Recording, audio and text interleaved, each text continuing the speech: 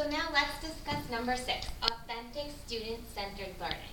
Now, a strong element of inquiry-based learning is an authentic learning task that deeply engages students in learning that is worthy of their time because it's personally relevant to them and it's also deeply connected to the world in which they live.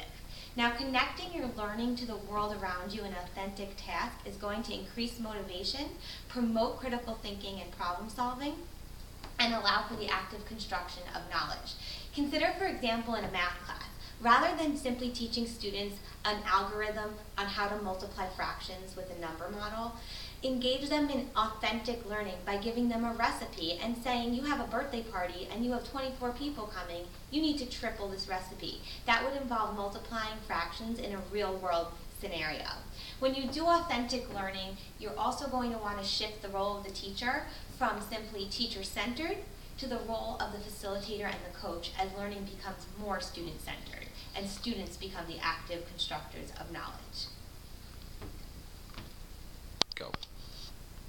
Number 7, ongoing assessments. The purpose of ongoing assessments is so that the teacher can measure whether or not their children achieve the intended learning outcome.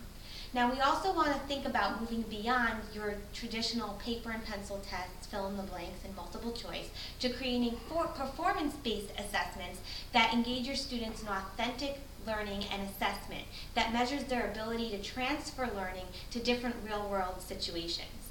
Assessments should allow for different approaches and multiple responses for students to participate in. In addition, I encourage you, just like with the effective classroom management rules, to have your children collaborate with you to design rubrics that will assess their instruction. Encourage them to reflect and self-assess their own learning, and you can design rubrics with specific criteria to measure where you'd like them to be by the end of the product. Go. Number 8, the differentiation of instruction is crucial. In our classrooms in this building, we are housing gifted and talented students, basic skills students, special education students. And in addition to these varying level of competencies and student readiness, we also have students of various ethnic backgrounds, cultural backgrounds, and socioeconomic backgrounds. So we need to hold high expectations for all despite this diverse community of learners in our rooms. So how are we going to do that? As teachers, you need to be proactive in planning how you're going to differentiate learning and achieve this through multiple intelligence lessons, multiple ways of teaching a lesson, varying your pace, varying your materials and your resources. For example, in guided reading, you want to consider how your DRA, or your assessment, informed instruction and led to the development of a small group, a small flexible group for guided reading that uses various texts at the reading levels of the children in that group. In math, you might want to use manipulatives. But the differentiation of instruction is what's going to help your child, all of the children in your class succeed. Go. Number 9 is cooperative learning. And cooperative learning is actually another way to differentiate your instruction if you have the children in heterogeneous groups supporting each other. And did you know that the best way for children to learn is from each other and not necessarily from listening to a lecture from their teacher? So I want you to consider organizing the physical space of your room in such a way that the children are in cooperative learning groups. This is something I'm going to expect to see when I come in your room for an observation or a walkthrough. So when the children are collaborating, they're going to work together to achieve a common goal with little supervision from the teacher. However, the teacher will once again act as that facilitator or coach, circulating to each group, engaging them in higher order questioning at this time, and even assessing students and how they work together. Now, as a teacher, it's going to be your responsibility to model how your children are going to engage in purposeful group work. And cooperative learning is also shown to increase student achievement, heighten intrinsic motivation, and even promote higher self-esteem among the children in your groups. Go.